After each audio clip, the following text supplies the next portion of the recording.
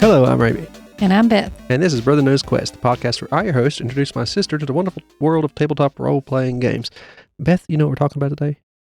I didn't know we were doing two, so no. Yes, I'm behind one episode, so we have to do two today. This one is another one I'm going to enjoy. Rust and Redemption.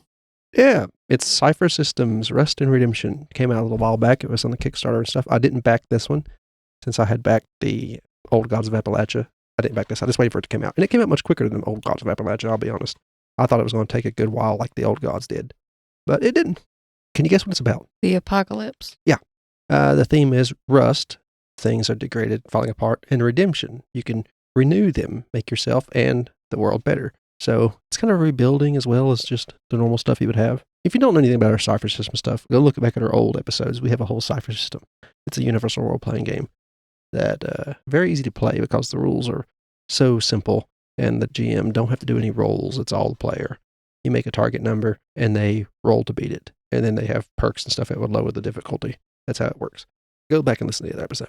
But this is their module for a apocalypse setting. Or it can be any apocalypse you like. They have a particular one inside you can kind of work with. But I would certainly try to run a Fallout game in it. We have run a Fallout game in it, but this before the book came out. They have a whole list of things. We can roll a D100 for ways the world ends, like adults all die, alien invasion, zombies, of course, is number 100, or 94 to 100. War between vampires and angels. War between rival AIs. And we just get stuck in the middle. Imagine ChatGPT and Gemini go to war. Then we have one rogue AI, a robot uprising, Ragnarok, a pandemic. It's a little close to home lately. Nuclear war also seems a little more likely to be a problem. Mega tsunami. I think we passed that one up a year or so ago when that volcano went off. Yeah. Dream predators. I mean, there's this whole list here. Flooding, gamma ray burst, giant solar storm, hell defeats heaven, insomnia causing virus, invasion by gods of war. That sounds fun. They have lists of food and medicine you can go through, equipment and vehicles. They have everything you need to possibly, make this into a setting for your apocalypse. You could choose to make it immediately as the apocalypse starts, like Fallout 4 did. You can make it start in after, like hundreds of years after the apocalypse, like Fallout 4 ends, or just anywhere in between. They have some influences you might want, or some settings you might want to use listed in the very beginning area of the book. They have The Walking Dead, Station 11, which I'm not familiar with, The Last of Us, which is a PlayStation 3 and PC game. You've seen it. It's also on HBO. Fungus Zombies, Mad Max Fury Road, The Terminator is a good one if you want to go for the AI option. And then my favorite, they list it right here, Fallout, a series of post-apocalyptic video games set in the future of an alternative timeline where nuclear war devastated the planet. It's my favorite. Its standout theme is adventure. I didn't even notice they had standout themes mentioned here. They have certain areas listed that you can go through, such as like structures, hangars, airports, dams, palaces, parking garages, which seem to be in almost every apocalypse. There's a parking garage somewhere. Nuclear power plant, fuel storage depot, skyscrapers, stadiums, which also seem to be in every apocalypse movie. Hospitals, another very common one. Here's some set pieces, realistic ones. Cannibalism, hothouse Earth, which, the Earth is heated up. Nuclear aftermath, that would be Fallout. Pandemic, that would have been COVID. A peaceful fade. Snowball Earth, that's a freezing Earth. Then you have fantastic apocalypse set pieces, such as the end times, gray goo, magic, terraformed by aliens, time rip, causing issues for us, what remains after humans, and zombies. Rules for realistic, optional rules, I should say. Exposure, starvation, dehydration, radiation in the world, scavenging, repairing, and rebuilding, equipment maintenance, and fragility. Then you have fantastic stuff like advanced alien tech, incredible mutations. There's a whole bunch of mutations. Like a whole lot of mutations. You roll a D100 to see what you get. Like, you don't have a scent, suggestive voice, improved musculature, poison immunity, all kinds of stuff. You have harmful mutations like you're slow and lumbering, sickly, useless limb, useless eye, useless ear, weakness to might, which is a stat in the game. Yeah, like I said, listen to the first one. You have a deformed leg. There's just all kinds of stuff. And you have powerful mutations.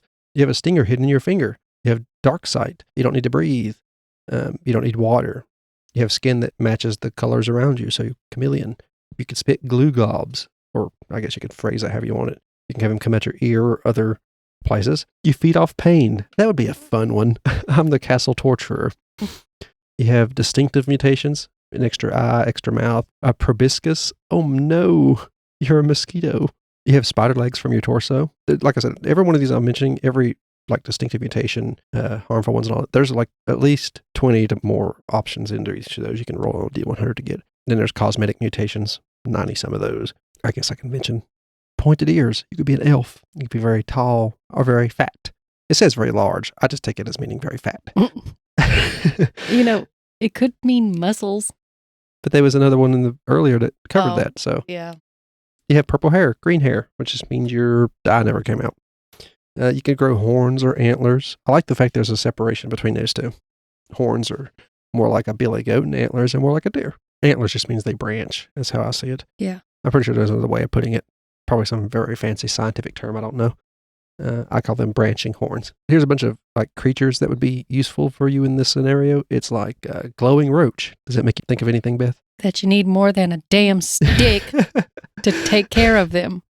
Yes, the game has added rad roaches for us to fight. And good thing, too, because I had to make them up when we played this.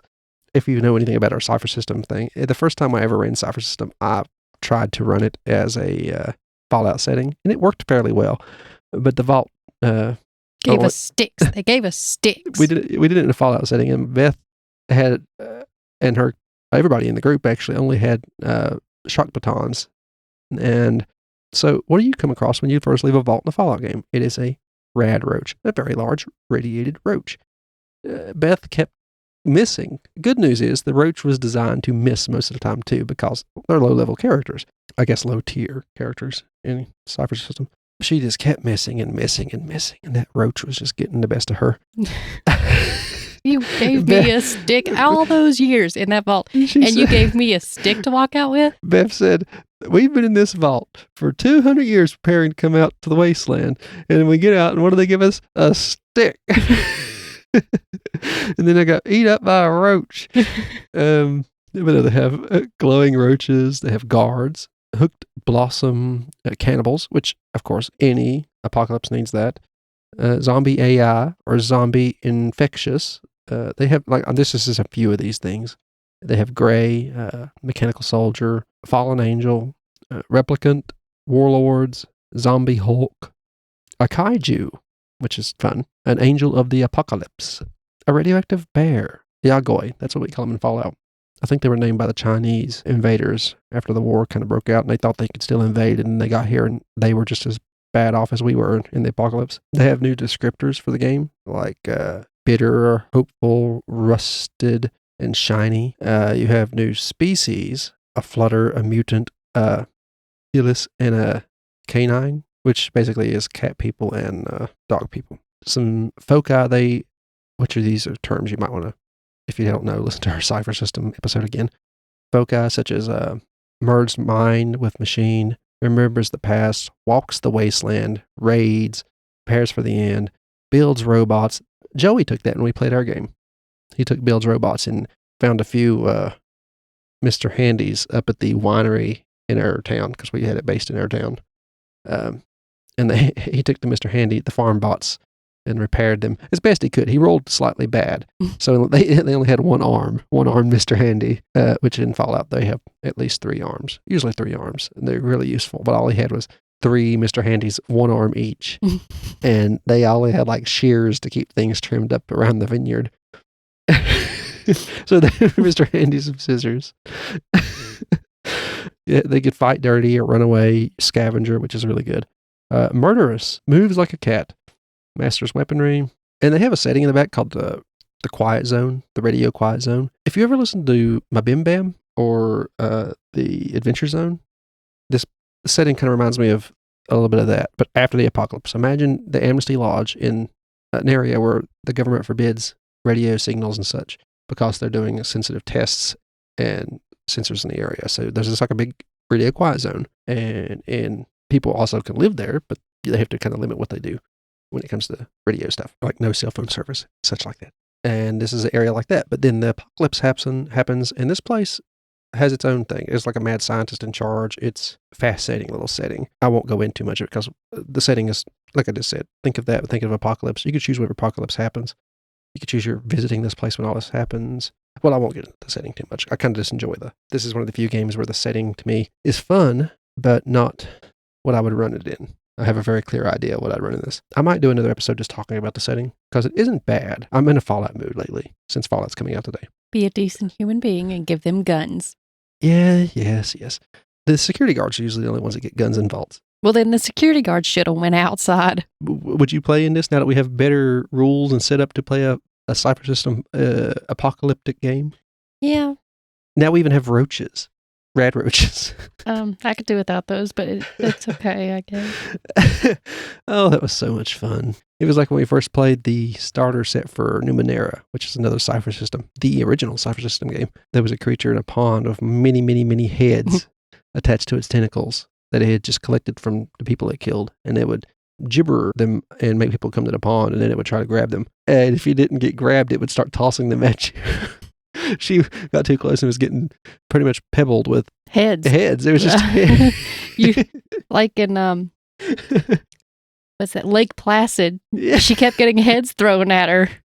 You did. You kept getting heads thrown at you. It was an actual starter set, though. I didn't make it up. It's a very easy game to make up monsters for, though. You just come up with a difficulty level and an image in your head and go with that. Whatever the difficulty level is, you times it by 3, so you don't want it to be too high. And then they have to work around it with their rolls. And that is their health, your attack, what they have to. It's all of it, is that little number. It's very easy to play. So you would play it? Yeah. Okay. It's not a very good description. I'm more excited about the content than it's not often I come across them. I'm more excited about the rules and the little rollable tables than I am the setting. But I also didn't have a whole lot of time to read over the setting before I made this episode. So I'll go over it and give it a good once over, and we'll see from there. Okay. If you like this, or for what it's worth, I kind of gibbered my way through it. I'll put an affiliate link in the description to DriveThruRPG. You can get a PDF of it if you want. It won't charge you any more if you use the affiliate link, but it will go towards helping us get more PDFs to look at. Anything you actually put in your cart and buy after you click on the affiliate link will help us out. If you like what you heard here, we have a whole lot of other stuff we talk about. We're part of the Gruesome Gaming Group podcast network, and we have Brother Knows Quest, this one. We have Leveling Duo. It's a podcast that comes out sporadically whenever we play a new game, video game, and we want to talk about it. So it don't come out every week like most of them. At least not yet. It's either me or Beth here, or sometime my friend Dakota instead of Beth, talking about a video game. And then we have Horrific History and Hauntings. It's where my sister Beth tells me about horrific history, hauntings, sometimes some true crime, little things like that. Sometimes we talk about cryptids. We have a whole series about cryptids, different myths from across the states, or how people die, or just odds and ends like that. Natural disasters, fun stuff. There'll be a link to that, to our socials and everything in the description below the affiliate links. It will be a Linktree link, and it will take you to the first page. It will take you to our Linktree. The first page will be our website, where you can find all our other podcasts, find a way to subscribe from there, or get an idea. Then there'll be all of our socials on the Linktree as well. You can subscribe to them, follow us, get an idea what's coming out, what's been out, or reach out to us. Let us know what you think, good or bad. We'd like to hear from you. Below the Linktree link will be an option to send us a donation or a tip, however you want to put that. It'd be appreciated. Or just use the affiliate link and DriveThruRPG. All those help us out, get more stuff to talk about. Thank you for your reviews. We're still collecting them, and once we get a few more, we will have a whole episode talking about them. As it is, we would have to put all 3 podcast reviews into one episode, and then publish them on all the podcasts at once. I'm thinking we'll just wait until we get enough to do one episode for each podcast. Mm-hmm. That's what I'm waiting for. That's why I keep asking for reviews. Good or bad, we'll try to fix the problems we find if people mention them. Or just message us and let us know. Either way, we appreciate them, and thank you for listening. I've been Rami. And I'm Beth. And this has been Brother Knows Quest. Bye-bye.